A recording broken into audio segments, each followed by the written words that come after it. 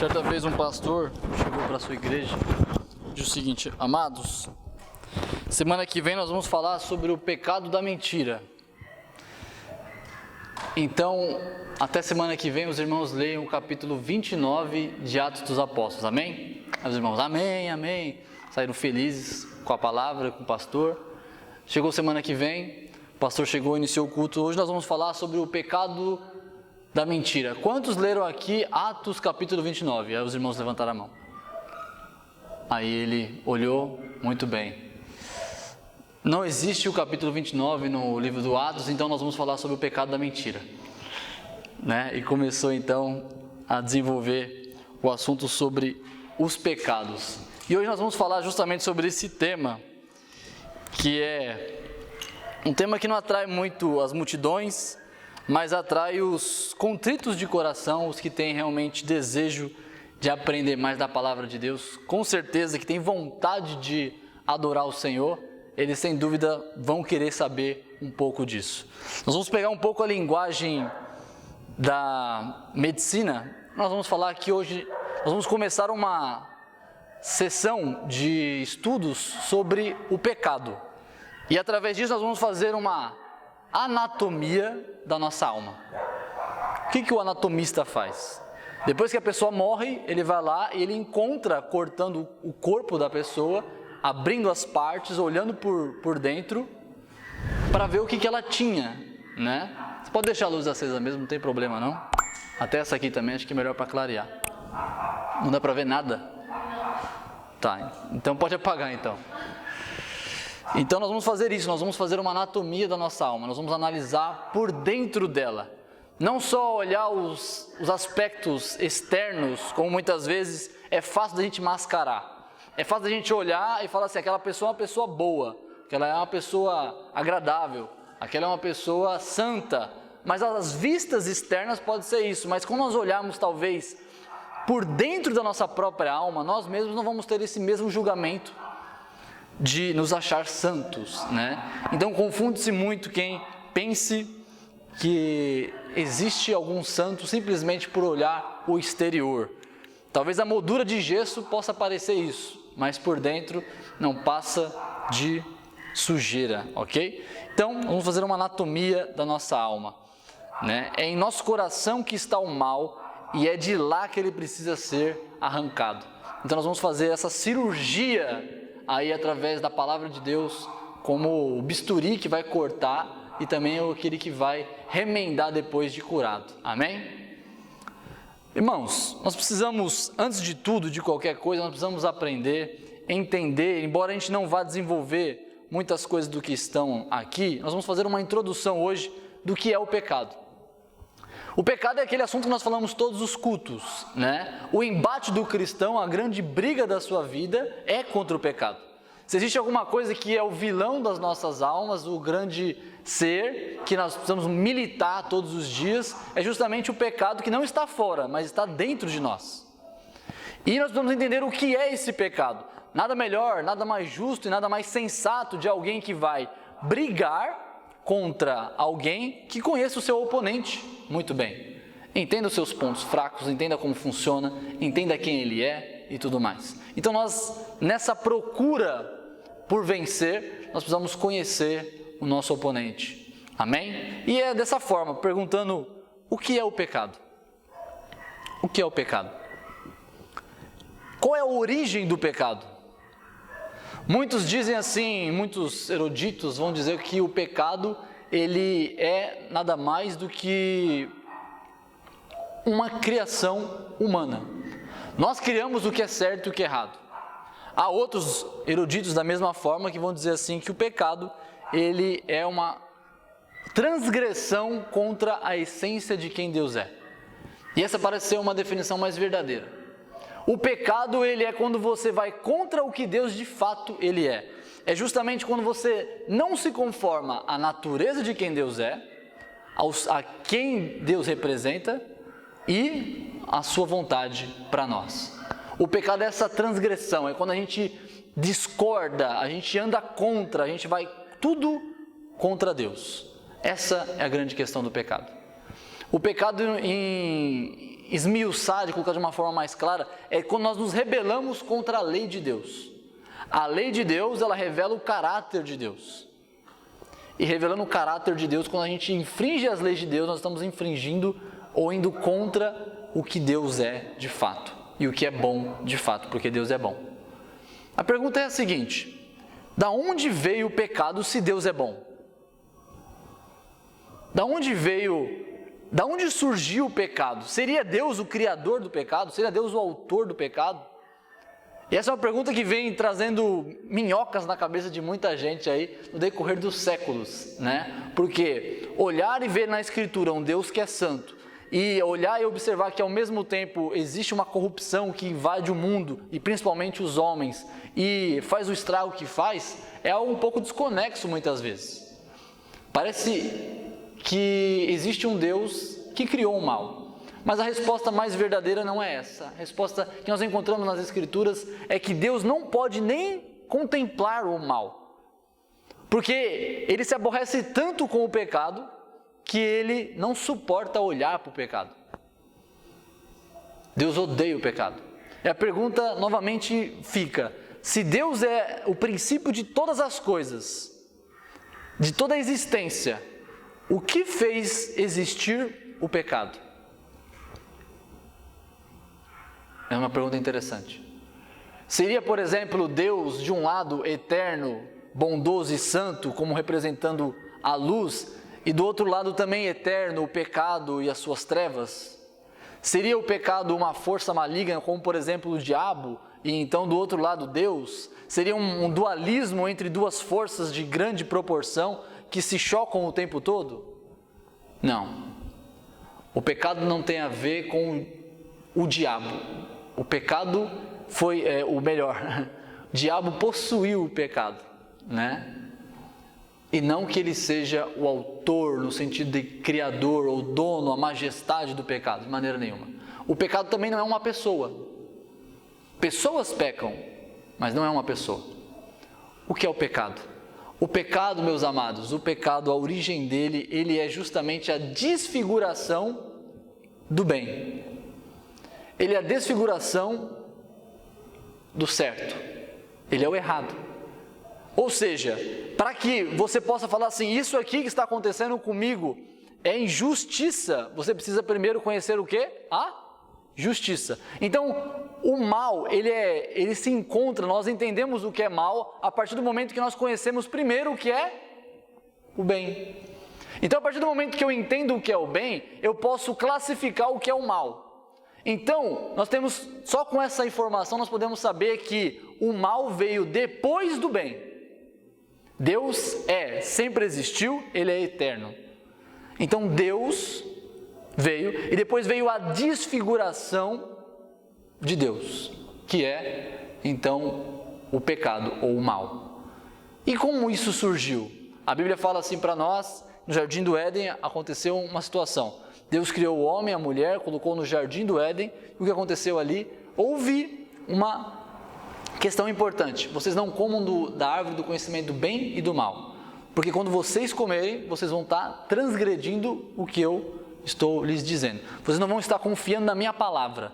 Se vocês comerem desse fruto, vocês vão estar dizendo que vocês não precisam de mim, que vocês não querem um relacionamento comigo, porque o meu relacionamento com vocês é com base nessa obediência. O que aconteceu? Eles comeram. Então, o que aconteceu? Quando Deus cria seres autônomos, que pensam por si só, que podem escolher, que podem ter vontade, o que acontece com isso? Existe aí a questão de que o ser humano, ele é livre. Essa liberdade não absoluta, mas em parte, ela indica então que ele pode escolher não Deus, escolher outra coisa.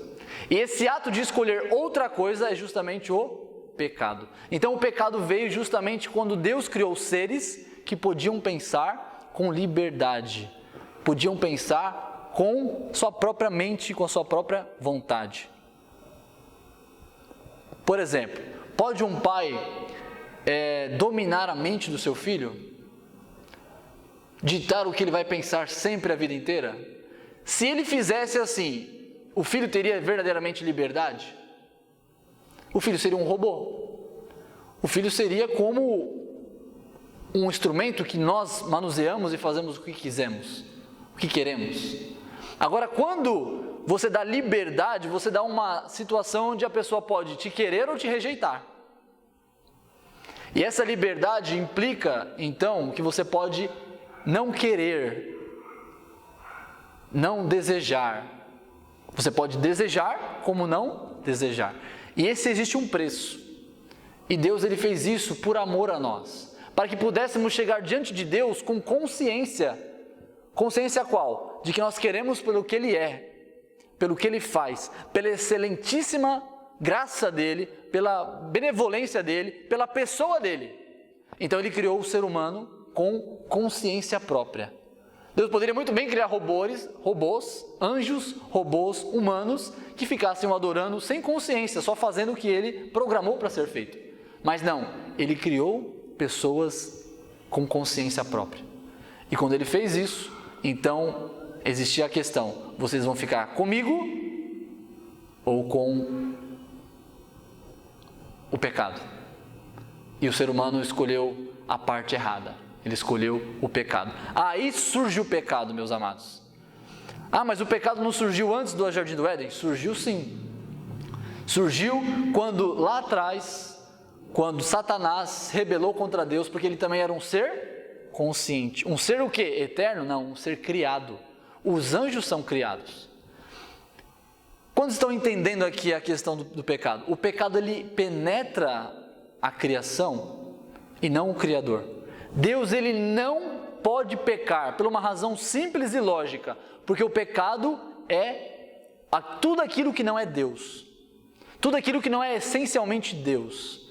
Tudo aquilo que não é amor, tudo aquilo que não é bondade, tudo aquilo que não é justiça, tudo aquilo que é santidade. E Deus não nega a si mesmo. Então é impossível Deus, por exemplo, mentir. Deus não mente porque é contrário à essência dele. Então é impossível, pela lógica, pela verdade e pela escritura, Deus pecar. Agora, criaturas que não sejam Ele, que não seja Deus, porque Deus não é criatura, Deus é criador, eles podem escolher então o pecado. Eles podem então escolher não Deus. Todos entenderam até aqui? Ficou bem claro? Legal. Então essa é a origem do pecado. O pecado ele é posterior. Ele não anda em igualdade com Deus. Sempre existiu Deus. Depois da criação da consciência, onde Deus criou seres autônomos para pensar por si só, conscientemente, e poderem escolher também. Então veio não a determinação do pecado, mas a possibilidade do pecado. Amém? Isso é muito importante para nós entendermos. O pecado nem sempre existiu, só existiu depois. Nós podemos dizer assim que o autor do pecado pode ser eu e você. Nós podemos ser classificados como os autores do pecado, porque o pecado ele começa a reinar a partir da criação. A partir dos anjos, a partir de nós, a partir da existência consciente. Amém? Vamos lá, vamos continuar.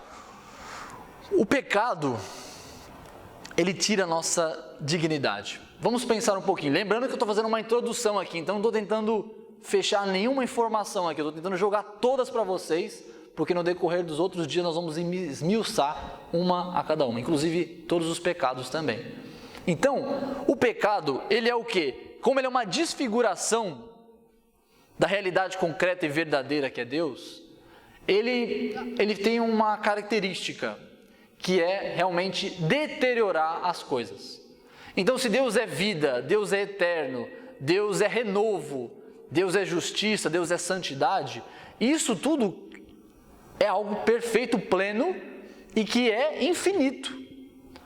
O contrário disso é a destruição, a desordem e a finitude. Por isso que a consequência do pecado é a morte. Isso é a consequência do pecado. É a deterioração, que é justamente o inverso de Deus. Então, o homem quando foi criado, ele foi criado para ser a imagem e semelhança de Deus. O que é imagem e semelhança? Nós já falamos sobre isso quando nós falamos sobre Gênesis 1 e 2. Imagem e semelhança são palavras hebraicas que no português não ficaram muito bem interpretadas, não ficaram muito bem traduzidas, que significa literalmente sombra de Deus, sombra, projeção. É que vocês não estão vendo aqui, mas eu estou com uma sombra aqui. A luz reflete, a luz emite uma sombra em mim. Eu sou o verdadeiro, a sombra é uma projeção minha. Então nós somos projeção de Deus, porém nós não somos robôs. Por isso nós não somos só imagem. Nós não somos só imagem, que Deus balança para cá, nós balançamos juntos, como se fosse marionete de Deus. Nós também somos semelhantes. E a palavra semelhante no hebraico, ela significa um poder de decisão própria, ou melhor, é uma ideia de você ser representante legal diante de Deus. Então nós somos agentes de Deus, que tem como referência o próprio Deus para se mover nessa terra. Isso significa o quê? Que Deus dá referência de como nós fazemos, e nós, como sombras de Deus, temos autonomia para corresponder a isso. Fazemos de igual modo como Deus fez. O problema é que aconteceu o quê? Depois que Deus criou o homem para ser imagem e semelhança dele, nós transgredimos enquanto Deus falava, vamos por aqui, o homem fez, vou para o outro lado. Veja a situação. Automaticamente, o que isso acontece com o ser humano? Uma consequência trágica. A morte, a destruição, todas as consequências de não estar com Deus, de não estar em sintonia com a verdade, com a concretude, com a plenitude, quem é Deus. O pecado, ele tira a dignidade humana. O valor que nós temos como criação está no fato de que Deus nos fez semelhantes a Ele. Esse é o valor humano. Esse é o valor o qual eu disse há poucos dias aqui no púlpito também, de que nós temos a dignidade humana, que nós podemos falar assim, que o valor da vida é mais importante do que as coisas. Que o valor de uma vida de um ser humano é mais importante do que riquezas, é mais importante do que sistemas, é mais importante do que animais, é mais importante do que uma série de coisas. Por quê? É uma dignidade que Deus delegou para o homem através da sua criação. Agora, o pecado, ele faz justamente o contrário. Como ele afasta o homem de Deus, o homem perde a sua dignidade. Por isso que aí vem a questão da lei. Quando o homem pecava, o que acontecia? Muitas vezes, determinados tipos de pecados que ele cometia, ele perdia a vida. Então, por exemplo, quando o homem esbarrava numa mulher grávida, ou melhor, ele estava numa briga e de repente uma mulher grávida estivesse próxima e ele, no meio dessa briga, acertasse a mulher grávida e ela, por acaso, por esse trauma, ela perder o bebê, aquele homem ia pagar com a própria vida. O aborto que ela sofreu por causa daquele homem ia ser pago com a própria vida dele, ele ia ser morto pelo ato dele de rebelião, de perder e tirar uma vida. Se por acaso ele também assassinasse alguém, com voluntariedade, com desejo próprio, ele perdia a sua própria vida. E uma série de outras leis que remetem a isso. O pecado tira a dignidade humana. E a correção disso é justamente a lei de Deus, para ser colocada para mim e ao seu favor, para que nós pudéssemos ter novamente uma ligação direta, para podermos ter novamente um reflexo da verdade de como nós devemos nos mover. Por isso a lei diz, não matarás, não adulterarás, não falarás falso testemunho. A lei vai dizer uma série de coisas para nós olharmos e termos uma referência, entendermmos quem é Deus, porque nós perdemos isso quando o pecado entrou. Então precisou a lei vir e mostrar para nós o nosso erro. O papel da lei é esse. Não é nos conformar a Deus, mas é mostrar como estamos longe de Deus. Porque quando você olha e você vê a referência da lei, você fala assim, eu não posso fazer isso. Eu não consigo ser assim. Porque o pecado, a ação do pecado foi tão grande em mim, que me desfigurou de tal forma, que agir em santidade como era natural antes, agora é impossível. O poder do pecado, ele tira a identidade humana. Nós falamos há pouco sobre o ódio, no culto passado. O que é o ódio? O ódio é justamente esse ato de rebelião dentro do coração do homem, que se move contra outro homem, contra o seu próprio semelhante. Ele perde a noção de que ambos são do mesmo valor. Ele perde essa noção. Ele coloca o império sobre si mesmo e acha que ele deve mandar e os outros devem obedecer. Que as vontades dele devem ser satisfeitas e a dos outros não. Esse é o ódio. É você diminuir o outro em prol da sua própria glória. Então o ódio, ou melhor, o pecado, ele tira a nossa dignidade. Vamos ver um texto aqui muito importante que esclarece muito para nós aí a respeito da ação do pecado e o que ela faz. Abra sua Bíblia aí comigo, Romanos, capítulo de número 3, versículo de 9 ao 23. Romanos 3, 9 a 23. Veja só o que o texto diz. Pois que somos nós mais excelentes? De maneira nenhuma. Pois já dantes demonstramos que tanto judeus como gregos todos estão debaixo do pecado. Como está escrito, não há um justo, nenhum sequer. Não há ninguém que entenda, não há ninguém que busque a Deus. Todos se extraviaram e juntamente se fizeram inúteis. Não há quem faça o bem, não há nenhum só. A sua garganta é um sepulcro aberto, com as suas línguas tratam enganosamente, peçonha de aspidez está debaixo de seus lábios, cuja boca está cheia de maldição e amargura. Os seus pés são ligeiros para derramar o sangue, em seus caminhos há destruição e miséria, e não conheceram o caminho da paz. Não há temor de Deus diante dos seus olhos. Ora, nós sabemos que tudo o que está na lei diz aos que estão debaixo da lei, o diz, para que toda boca esteja fechada e todo mundo seja condenável diante de Deus. Por isso, nenhuma carne será justificada diante dele pelas obras da lei, porque pela lei vem o conhecimento do pecado. Mas agora se manifestou sem lei a justiça de Deus, tendo o testemunho da lei e dos profetas. Isto é, a justiça de Deus pela fé em Jesus Cristo para todos e sobre todos os que creem, porque não há diferença, porque todos pecaram e destituídos estão da glória de Deus. Veja que a ação do pecado, meus amados, ela está sobre todo o universo criado. Ela está sobre os gentios, sobre os judeus, sobre os indígenas, sobre os brasileiros, sobre os americanos, sobre todos. Todos nós estamos debaixo do jugo do pecado. O pecado, ele alcançou todos. E como ele alcançou todos? Nós chamamos essa doutrina do pecado ter se espalhado por toda a humanidade, sem exceção de gênero, raça, tribo, cor e assim por diante, chamado de o pecado original, ou também chamado de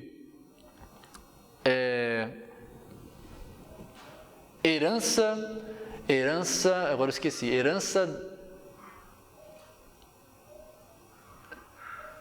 esqueci agora, herança, sei lá do que. Então, mas é a mesma ideia, a ideia de que você recebeu de alguém uma propriedade, que essa propriedade é o pecado, a maldição. Nós recebemos em Adão e Eva, nós recebemos o pecado herdado deles, porque todos pecaram, e por causa de um só ato de injustiça, que foi o ato de Adão e Eva, todos foram representados ali em Adão. Muita gente tem dificuldade com essa questão do pecado original. Falam assim, mas eu não estava lá no Jardim do Éden para mim responder pelo pecado de Adão e Eva, né? Mas a questão é a seguinte, o pecado, ele tem 3 formas de a gente resolver esse problema do pecado original. Primeiro, ele estava representando todos nós. Então, o pecado, ele se mostra que nós estaríamos em Adão fazendo os mesmos atos através do nosso dia a dia. Quando você peca, voluntariamente, por desejo próprio, você mostra que você estava concordando com Adão e Eva ali. Nós poderíamos dizer também que Se você acha que você não estaria fazendo como Adão e Eva, então você poderia nos mostrar hoje como fazer isso, né? Como fazer uma vida sem pecado. Mostre. Não há saída. Mas o que mostra mesmo para nós de que, de fato, o que Adão e Eva fez representou a nós, é justamente o seguinte: porque assim como Adão e Eva representaram nós com uma só ofensa, o texto vai dizer assim que com um só ato de justiça, Jesus levou e representou os nossos pecados. Então, se Adão não teve de fato essa representatividade por toda a humanidade, então Cristo também não teve. Então você vai ter que procurar com seus próprios méritos a salvação. Então, é fato que, se nós discordarmos de que Adão deixou para nós essa herança do pecado, da corrupção e tudo mais, nós vamos ter que também deixar de crer de que Jesus, de fato, representou nós quando fez um só ato de justiça de uma vez por todas lá na cruz. Então, o pecado original, ele chegou sobre todos, ok? E aí tem uma questão interessante sobre o pecado. É a questão do que muitas vezes a gente olha e fala assim, poxa, o homem, ele é totalmente depravado. O texto fala assim que ele se tornou inútil, que ele é como uma cobra que solta veneno pela boca, que a sua garganta é como um sepulcro aberto, que os seus pés são ligeiros para derramar o sangue. O homem é completamente depravado. Mas por que a gente muitas vezes olha por aí e vê até ímpios fazendo gestos bondosos? Essa é uma pergunta frequente. Se a depravação é completa, é total, por que nós vemos de vez em quando aí pessoas fazendo o bem? E por que muitas vezes as pessoas não estão assim no seu mais alto nível de pecado? São diversas razões para isso, mas a primeira delas, e acho que é a mais fundamental para a gente situar aqui, é que a depravação total não significa que a pessoa ela é a mais depravada possível, ok? Significa que todas as partes dela, completa, total dela, foi interferida com o pecado, ok? Isso é a depravação total. Não significa que ela sempre vai ser a pior versão de si mesma, não é isso. Significa que o pecado dentro dela atingiu todas as faculdades mentais, psicológicas, emocionais, a ponto de ela ser sempre inclinada para o mal. Então a corrupção herdada, que é o outro nome que eu estava procurando, que eu fiquei, não lembro, é a corrupção herdada. A corrupção herdada, ou o pecado original, é justamente essa inclinação do nosso ser, que foi comprometido com o pecado, que agora a gente é como um carro desalinhado. Que sem alguém dirigindo, é justamente ele sempre vai para o lado do pecado, ok? Agostinho de Hipona, é um teólogo patrístico, ele dizia o seguinte, que o livre-arbítrio, é a mesma coisa como se fosse uma balança, onde se você alimentasse de um lado, a balança daquela época era de 2 pesos, se você alimentar de um lado a bondade e do outro o pecado, ela ficaria balançada. Só que o que aconteceu conosco foi que houve uma desproporção na questão do pecado. Quando o pecado entrou na humanidade, ele tirou o equilíbrio do homem. Então, esse equilíbrio do homem, ele fica sempre tropeçando para o lado do pecado. Ele sempre é tendencioso nisso daí. Então, ele não tem mais o livre-arbítrio, porque ele está comprometido, tensionado para sempre agir com o pecado. E não significa que ele vai ter todos os pecados possíveis, ok? Existem a peculiaridade do pecado que é mais latente em cada um também. A depravação total não fala o contrário disso, ok? E existe também a questão aqui, segunda, que é o que está na tela aí para vocês, que é o bem externado de forma ontológica. O que é ontológico? Ontos no grego significa essência, o ser, ok? O ser da pessoa. Existe o bem que ele é mostrado em essência, é da própria pessoa, ok? E existe o bem estereótipo. O que é o bem estereótipo? Que é o externo. Então eu posso muito bem camuflar um gesto de ser uma pessoa legal, ser uma pessoa bacana, ser honesta, ser pacífica e tudo mais, só mostrar, mas o meu ser ontológico, ele é mau, ok?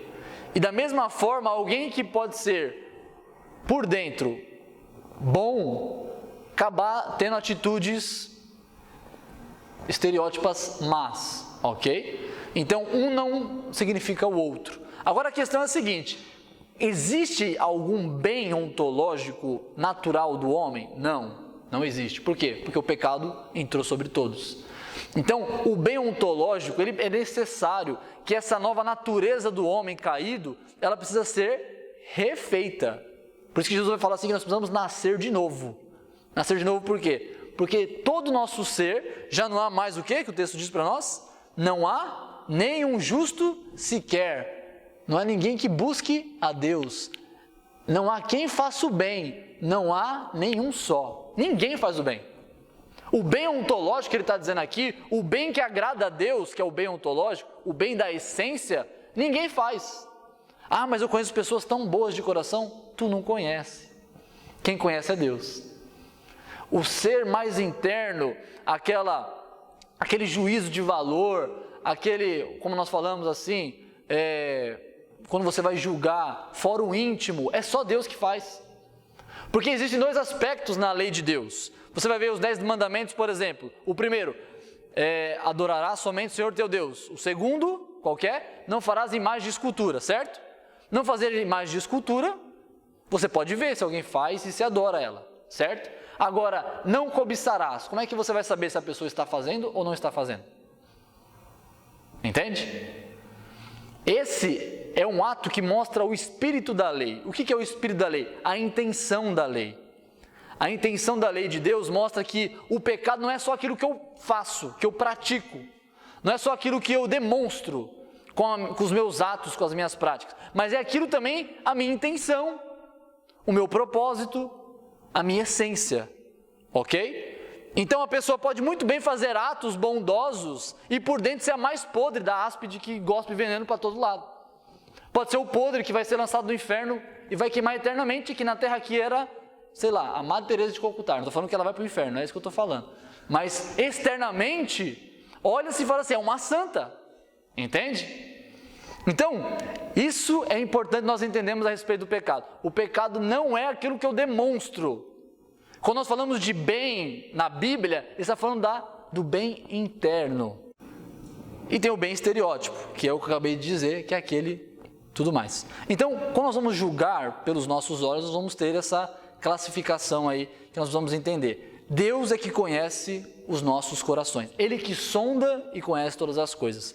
Por isso que a depravação, quando fala de condenação, que todos estão condenados, assim, como é que uma pessoa tão boa pode ser condenada? Como uma pessoa tão bela, tão bacana, tão interessante, tal. Isso pode muitas vezes até mexer com as nossas emoções, e eu concordo com isso. Como um parente, como alguma coisa assim, como é que uma pessoa dessa, que tem tudo menos Jesus, igual, né, costuma se dizer, e está muito errado, vai para o inferno? Vai porque ela não tem o que é mais importante, porque a natureza dela foi comprometida com o pecado, e por mais que ela lute, tentando demonstrar isso através dos seus atos, de fato, quem conhece o coração e a essência é Deus. Claro até aqui? Essas duas dimensões do pecado, e tem a questão da natureza também. O pecado não é só quando eu tenho uma intenção má, que é o ontológico, não é só quando eu tenho uma ação má, que é o estereótipo, mas também é natural, da natureza. Por isso que o ímpio é chamado de pecador. Não é pecador só porque ele está na hora que ele está fazendo o ato, ou quando ele está intentando o mal, mas quando ele está dormindo também. A Bíblia fala assim que o ímpio ele é condenado até quando dorme. E quando ele está dormindo, você pode conver comigo. O ímpio aqui, vamos colocar a humanidade, nós mesmos. Nós não estamos intentando nenhum mal, certo? E também não estamos fazendo nenhum mal, nós estamos dormindo. Mas a Bíblia vai dizer que por natureza, olha só, o tripé do pecado, essência, natureza e o estereótipo. Ok? Olha a situação do pecado. Não é só o que eu faço, não é só o que eu intento, mas também o que eu sou, por natureza. Por isso que é necessário a Cristo nas nossas vidas. Não é Cristo só para mudar nossa prática. Ah, eu fazia isso quando eu era do mundo, agora eu faço isso. Isso é o menos importante. O que é mais importante é mudar a essência e transformar a natureza. Transformar a natureza como? A natureza se transforma através do novo nascimento. se muda a essência quando a nova natureza ela aparece. E se muda as práticas conforme você vai crescendo na fé, na graça e no conhecimento de Jesus Cristo, que é a nossa referência de como devemos andar e agir. Amém? Traz um pouquinho de água para mim também, por favor. Então, vamos continuar aí. O pecado não é como nós nos comportamos, mas como somos, ok? Esse é o pecado. Aí está aí o ato de quebrar a lei, né? Nós quebramos a lei, os 10 mandamentos, ou melhor, num só ato, nós quebramos vários mandamentos, né? Você vê aí, ele derruba uma vez a tábua e quebra aí logo 5 das leis de Deus. Por exemplo, Tiago 2,10 vai dizer para nós que quando nós tropeçamos em um só ponto da lei de Deus, nós quebramos toda ela. Olha que coisa interessante. O texto está dizendo para nós que o ato de pecar contra Deus, ele influencia numa rebelião completa e total contra Deus. Isso mostra a característica do pecado. Ele zomba de Deus. Ele é uma completa... eu estou pecando só uma vez. Não é só uma vez. Ele é uma rebelião total contra Deus. Quando eu minto, é entendido por Deus como uma quebra total. É porque você está indo não contra uma parte de Deus, mas contra a sua totalidade. Por quê? Quando você age com ódio, por exemplo, você está dizendo contra um Deus que é amor. E Deus não tem uma parte que é amor. Nós já vimos isso em teontologia. Não é uma parte de Deus, o ombro de Deus é amor, esse aqui é a justiça. Não, é o ser inteiro de Deus é amor. Então você está indo contra o ser inteiro de Deus que é amor. Por isso o pecado é algo terrível que nós precisamos evitar completamente. Mas também o texto não está dizendo para nós que todos os pecados são iguais, ok? Isso é muito importante. Os pecados que cometemos não são todos iguais. São todos condenatórios, mas não são todos iguais. Existem graus de pecados na Bíblia. Existem pecados que são mais graves do que os outros, ok? Então você não vai falar para mim que o ato de você ter ficado com ódio de alguém é a mesma coisa de que você matar alguém. Não é. Mas quebrou todos de uma vez, tanto um como o outro, sim. Mas existe a gravidade de um ato sobre o outro. Tanto é que as consequências são diferentes uns para os outros. Se você tiver ódio por alguém, você tem a intenção e a quebra do espírito da lei você já quebrou. O espírito da lei você já quebrou, o princípio, a ideia você já quebrou. Porém, você não cometeu o ato que vai trazer outros problemas, como por exemplo tirar a vida de alguém.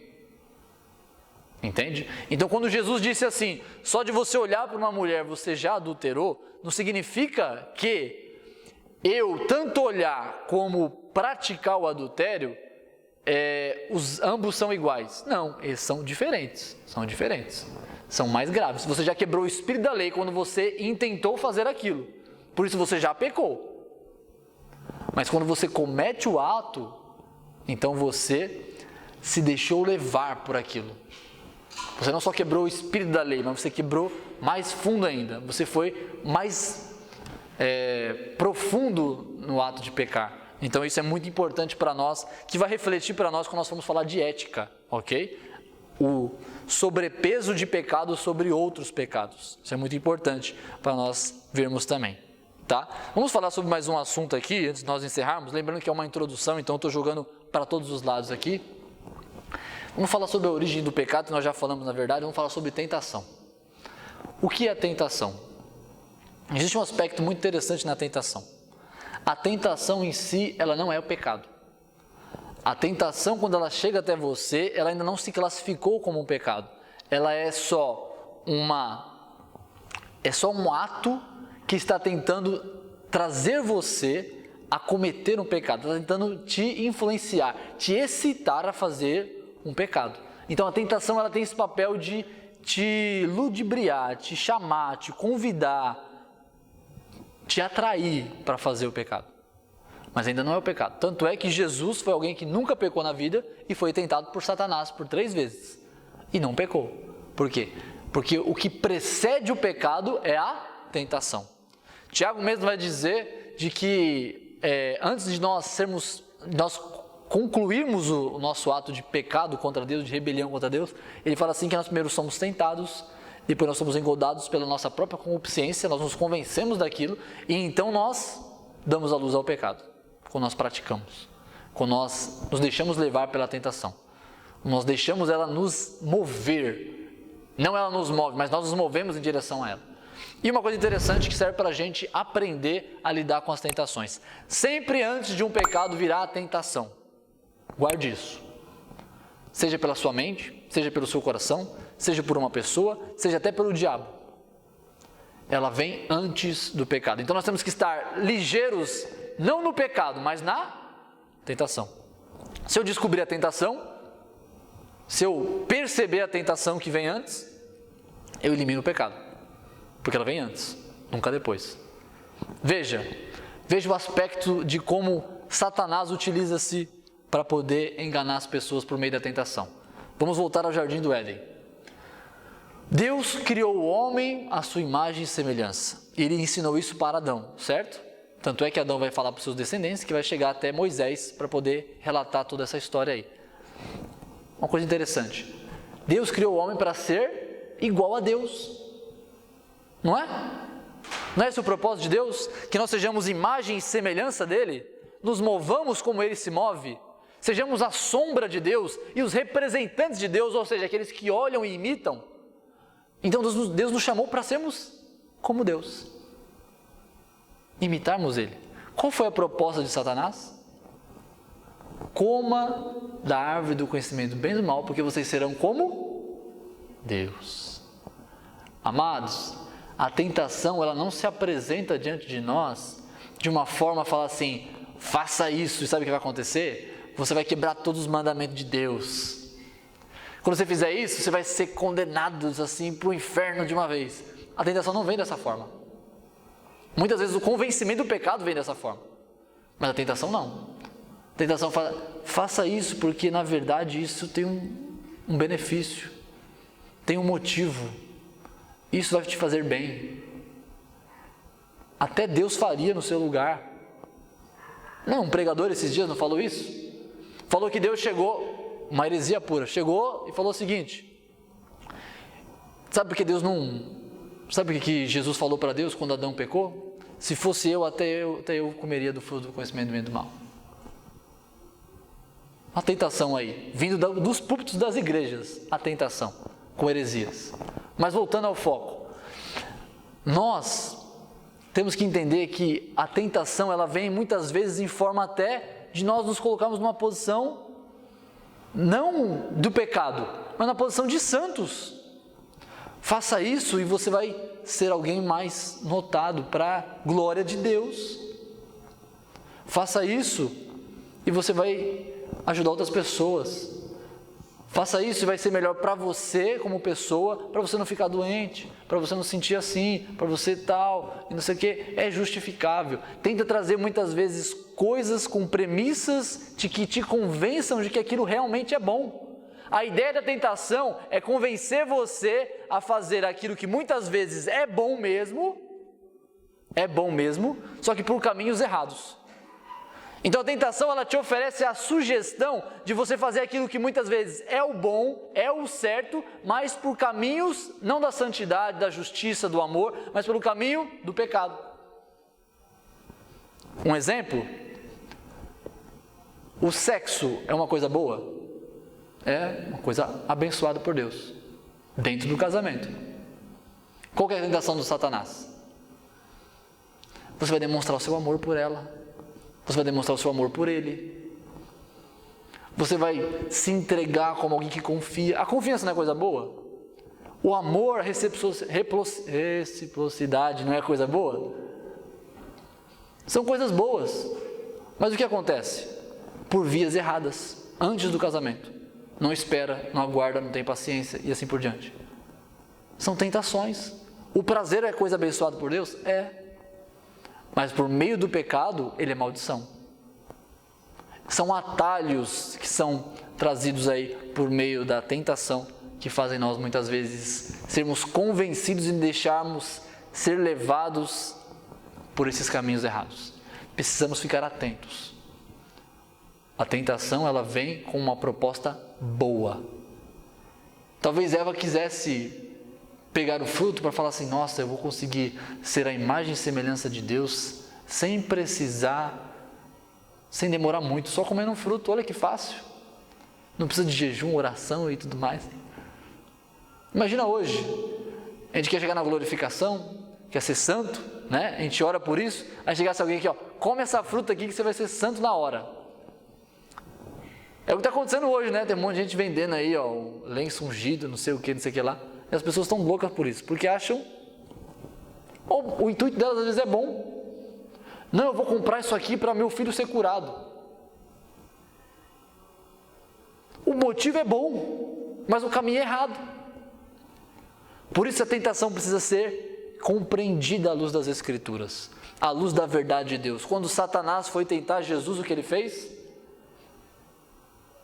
Primeira tentação. Qual foi a primeira tentação de Jesus por meio do diabo? Está com fome? Coma pão. O que Jesus falou? Nem só de pão viverá o homem, mas toda a palavra que procede da boca de Deus. Usou o quê? A Escritura. Segundo, se joga daqui, colocou no pináculo do templo, se joga daqui e está escrito, olha o que ele falou, usou a Escritura. Está escrito que os seus anjos não deixarão você tropeçar nenhuma pedra. Então pula. Tentou Jesus novamente. Jesus falou o quê? Mas também está escrito: não tentarás o Senhor teu Deus. O diabo pegou um versículo isolado e tentou aplicar como um herege na vida de Jesus. Jesus fez o quê? Corrigiu o diabo com a doutrina certa. Terceira vez, o diabo chega para Jesus: se você se prostrar e adorar a mim, eu te darei todas essas coisas. O que Jesus fez? Escritura de novo. Mas está escrito: adorarás somente o Senhor teu Deus, de todo o teu coração, entendimento e forças. É dessa forma que nós resolvemos a tentação. Quando ela vem, nós usamos da palavra de Deus. E assim o diabo foi embora. E Jesus foi servido pelos seus anjos. É dessa forma, quando nós identificamos a tentação, identificamos os propósitos dela, e entendemos mais ainda os propósitos de Deus para nós. Se Eva entendesse o propósito de Deus para ela, ela não ia confiar na palavra da serpente. Ela ia confiar na palavra de Deus: não coma. No vez de falar coma. Não há dúvida, quando nós estamos cientes e confiantes do que a palavra de Deus é viva, eficaz, verdadeira e suficiente para nós. Quando ela não creu na suficiência, ela deixou ser levada pela tentação. Quando ela não creu na palavra de Deus, ela deixou ser levada pela tentação. Quando ela não lembrou de quem Deus é, ela deixou ser levada pela tentação. Mas quando nós deixamos ser guiados pela palavra de Deus, indo contra tudo que as nossas inclinações nos dizem muitas vezes, para podermos andar o caminho certo, nós encontramos aí refúgio e abrigo. Vamos aplicar essa mensagem então? Algumas verdades aqui que nós falamos. O pecado desfigura a humanidade. Cuidado, o pecado, ele tira a sua personalidade. Ele faz você se tornar um embriagado, faz você se tornar alguém realmente remoído, sabe? Nem fede nem cheira, uma coisa que não presta. Né? O pecado faz isso com a humanidade. Ele só destruiu até aqui. Nós temos visto o resultado dele cada vez mais na nossa sociedade, nos jornais, na nossa família muitas vezes, nas pessoas próximas de nós, em nós mesmos, os efeitos da desfiguração que o pecado faz da humanidade. O pecado rouba nossa dignidade. Nossa dignidade está no Senhor e nem mais nada. O pecado só nos tira a dignidade. Pecado é ofensa contra Deus. Cuidado com o pecado. O pecado é uma rebelião direta contra Deus. Mesmo que seja contra o seu próximo, você está pecando primeiramente contra Deus. Pecado é tudo que não é Deus. O pecado é justamente quando apaga-se a luz, as trevas vêm. Ok? A falta de Deus é o pecado. Assim como a falta de luz é as trevas, a falta de Deus é o pecado. O homem é guiado e atraído pelo pecado. Então, cuidado, não confie nas suas próprias mentes e coração. Não confie nas suas ambições. Não confie em você mesmo, confie na palavra de Deus. Porque você já está inclinado. Se você se deixar levar por você mesmo, você verá o trágico acidente que vai ser tudo isso daí. O pecado é fruto das decisões humanas e a concessão de Deus também. A tentação vem disfarçada de uma boa causa. Cuidado com a tentação. Pecado foi herdado do nosso representante Adão. Fomos chamados a sermos representantes de Deus. Lembre-se sempre disso. Nós somos chamados com essa vocação de sermos a imagem e semelhança de Deus. Isso inclui a nossa maneira de pensar, de agir e, graças a Cristo, da nossa maneira da nova natureza em Cristo Jesus. O pecado se aloja na nossa essência e só uma nova essência pode nos salvar. É Cristo Jesus. É o único remédio eficaz contra o pecador. Para mim e para você. Amém? Vamos orar?